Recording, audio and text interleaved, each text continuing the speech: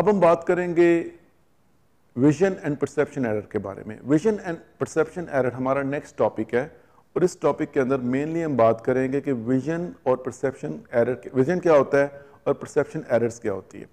अगर हम human beings की बात करें तो in human visual system HVS there are two components. इसके दो कंपोनेंट्स हैं, आई यानी कि आंख and the perception of eye signals, आंख से निकलने वाले सिग्नल। कहा जाता है कि 90% जो मालूमात होती हैं ड्राइविंग के दौरान ये आपकी आंखें कलेक्ट करती हैं, इसमें कोई शक नहीं है। Eyes are the beautiful gift of Allah, beautiful gift of God.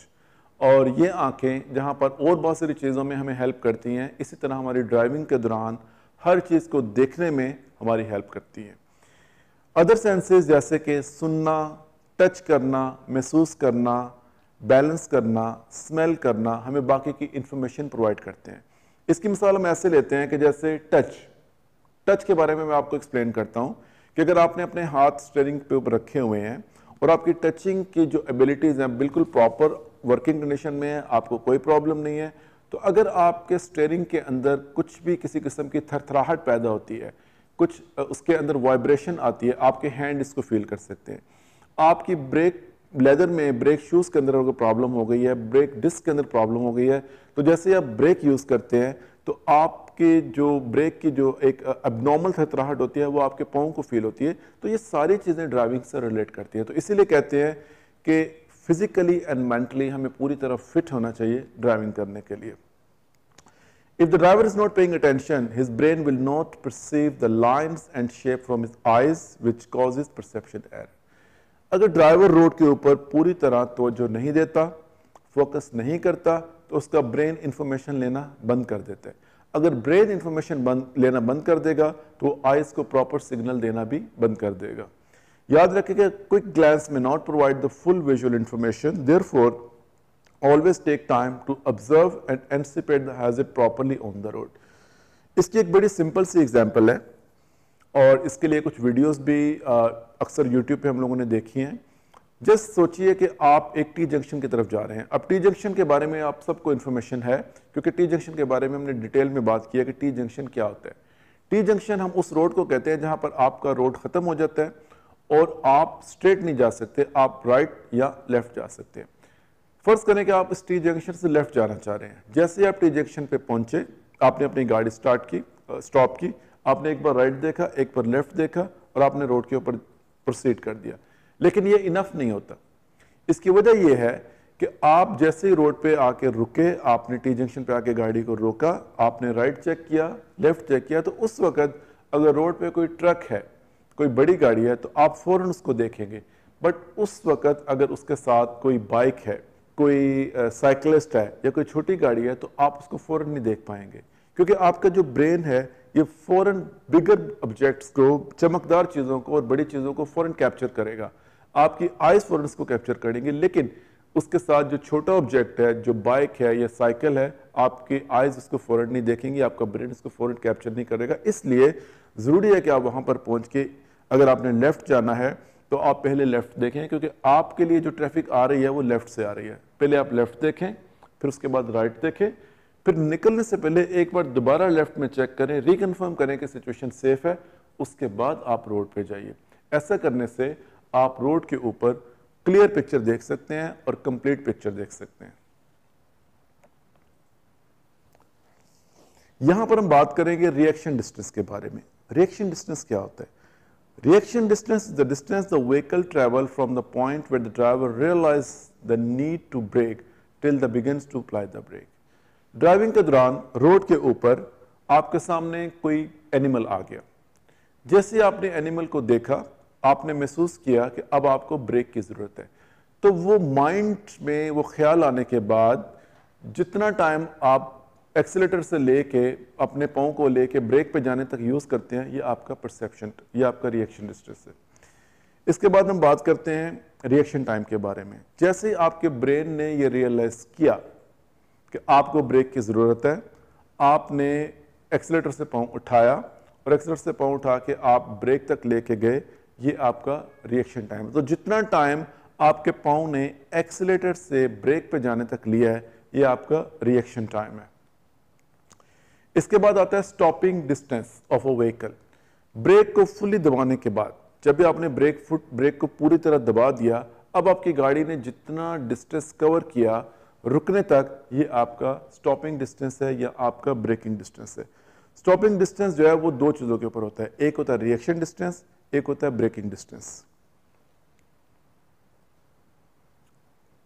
A driver's reaction distance can be affected by, किसी भी ड्राइवर का जो रिएक्शन डिस्टेंस होता है वो कुछ वजूहात के ऊपर अफेक्ट हो सकता है, मुतासर हो सकता है, जैसे कि थकावट, टायर्डनेस, फटीग, कंसंट्रेशन लेवल का कम होना, डिस्ट्रैक्शन होना, मेडिसिन का इस्तेमाल होना, अल्कोहल का इस्तेमाल होना, एज का होना या थिंकिंग प्रोसेस का स्लो होना। तो ये सारी चीज़ें आपके जो रिएक्शन डिस्टेंस को अफेक्ट कर सकती हैं।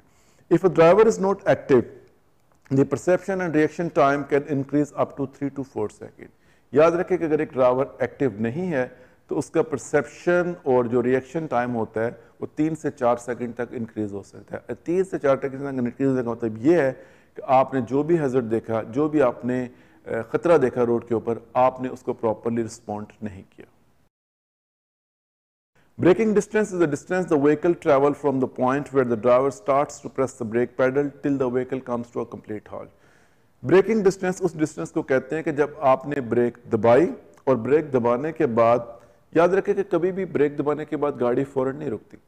जब आप ब्रेक दबाते हैं, इवन उसको पूरी तरह दबा देते हैं, तब भी आपकी गाड़ी कुछ डिस्टेंस कवर करती है रुकने से पहले। तो ब्रेक फुल दबाने के बाद आपकी गाड़ी जितना डिस्टेंस कवर करती है रुकने से पहले, उसको ब्रेकिंग डिस्टेंस कहा जाता है।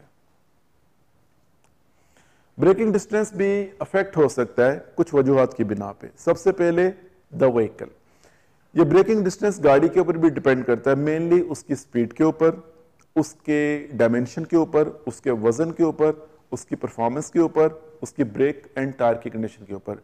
मतलब ये कि अगर एक गाड़ी लाइट व्हीकल है और उसकी ब्रेक, उसके टायर्स, हर चीज बिल्कुल सही है, तो उसका ब्रेकिंग डिस्टेंस कम होगा। लेकिन उसके साथ अगर एक हैवी ट्रक है तो डेफिनेटली उस हैवी ट्रक का ब्रेकिंग डिस्टेंस जो है वो ज्यादा होगा।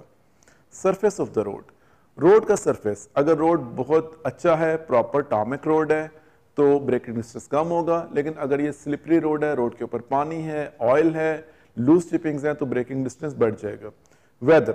वेदर भी एक बड़ा इंपॉर्टेंट रोल प्ले करता है ब्रेकिंग डिस्टेंस के अंदर, क्योंकि अगर फर्ज करें कि बारिश हो रही है, आपकी विजिबिलिटी इफेक्ट हो जाएगी, फोग है, आपकी विजिबिलिटी इफेक्ट हो जाएगी, स्लिपरी सरफेस है, फ्रिक्शन कम हो गई है रोड के ऊपर, तो भी गाड़ी का जो ब्रेकिंग डिस्टेंस है ये बढ़ जाता है। अब हम बात करेंगे कि मुख्तलिफ गाड़ियों के लिए जो इनका जो स्टॉपिंग डिस्टेंस होता है वो कितना होता है। इसमें हम लोग 3 चीज़ों के बारे में बात करेंगे, लाइट व्हीकल यानी कि छोटी गाड़ियाँ, मोटरसाइकिल्स यानी कि बाइक्स, और हैवी व्हीकल्स जैसे कि बसेस एंड ट्रक्स। आपके सामने एक चार्ट है, ये चार्ट छोटी गाड़ियों के बारे में बनाया गया है। इसमें आपको बताया जा रहा है कि अगर आपकी गाड़ी, आप एक लाइट गाड़ी चला रहे हैं, आप एक छोटी गाड़ी चला रहे हैं और आपकी फिजिकल मेंटल कंडीशन भी परफेक्ट है, गाड़ी की कंडीशन भी परफेक्ट है, रोड की कंडीशन भी परफेक्ट है, तो अगर आपकी स्पीड 40 किलोमीटर पर आवर है तो आपका रिएक्शन डिस्टेंस 8 है, ब्रेकिंग डिस्टेंस 9 मीटर है और टोटल स्टॉपिंग डिस्टेंस 17 मीटर है। तो आपका रिएक्शन डिस्टेंस 8 मीटर होगा, ब्रेकिंग 9 और टोटल ये 17 मीटर होगा। अगर आपकी गाड़ी की स्पीड 60 हो जाती है तो ये स्टॉपिंग डिस्टेंस 33 मीटर होगा, अगर 80 है तो 55, 100 है तो 87 एंड अगर 120 है तो 127। तो जैसे जैसे आपकी स्पीड बढ़ेगी वैसे वैसे आपका स्टॉपिंग डिस्टेंस बढ़ता जाएगा। अब हम बाइक की बात करेंगे। मोटर बाइक के बारे में हम देख सकते हैं कि अगर हमारी स्पीड 40 किलोमीटर पर आवर है तो हमारा टोटल स्टॉपिंग डिस्टेंस 15 मीटर होगा। At the speed of 60, 30, at the speed of 80, 48, 100 की स्पीड के ऊपर 70 मीटर, और अगर आपकी बाइक 120 किलोमीटर पर आवर की स्पीड पे जा रही है तो आपका टोटल स्टॉपिंग डिस्टेंस मीटर्स में 92 मीटर होगा। अब हम बात करेंगे हैवी व्हीकल्स यानी कि बड़ी गाड़ियों के बारे में। बड़ी गाड़ियों में अगर आपकी गाड़ी की स्पीड 40 किलोमीटर फी घंटा की रफ्तार से आप जा रहे हैं तो आपका टोटल स्टॉपिंग डिस्टेंस 35 मीटर्स है। आपकी स्पीड अगर बढ़ जाती है और 60 पे चली जाती है तो ये स्टॉपिंग डिस्टेंस बढ़ जाएगा, 68 मीटर तक चला जाएगा। एट द स्पीड ऑफ 80 ये 119 मीटर होगा, और अगर आपकी स्पीड 100 किलोमीटर पर आवर है तो अल्टीमेटली आपका जो स्टॉपिंग डिस्टेंस है, टोटल स्टॉपिंग डिस्टेंस, ये 173 मीटर चला जाएगा। तो डिफरेंट गाड़ियों में जो स्टॉपिंग डिस्टेंस होता है वो डिफरेंट होता है। ये डिपेंड होता है गाड़ियों के डायमेंशन के ऊपर, इनके वेट के ऊपर, इनकी साइजेस के ऊपर।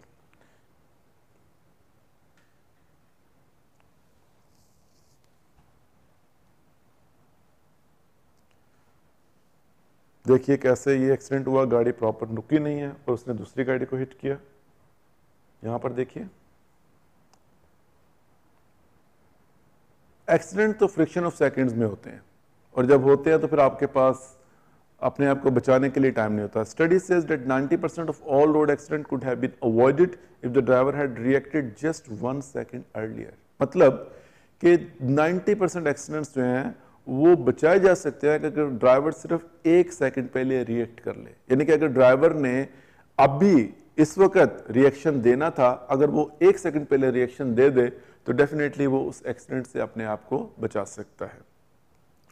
इस 1 सेकंड का फायदा लेने के लिए ड्राइवर्स को क्या करना चाहिए? सबसे पहले अपनी स्पीड को कंट्रोल में रखना चाहिए, स्लो स्पीड पे ड्राइव करना चाहिए, दूर तक देखना चाहिए। दूर तक देखने से आप दूसरी ट्रैफिक की मूवमेंट को, उनके गलत डिसीजंस को, उनकी गलत जजमेंट को देख सकते हैं, और आपके पास इतना टाइम होता है कि आप उनकी गलत डिसीजन और गलत जजमेंट को कंपनसेट कर सकें। Take the foot early off the accelerator pedal, accelerator से अपना पैडल पहले उठाएं ताकि आपके पास कंट्रोल करने के लिए ज़्यादा से ज़्यादा टाइम हो। याद रखें कि कभी भी अपनी गाड़ी की स्पीड लीगल स्पीड लिमिट से ज़्यादा मत करें, और ये भी याद रखें कि स्लो स्पीड आपको आपकी गाड़ी को हिफाजत और स्मूथ तरीके से कंट्रोल करने में मददगार साबित होती है।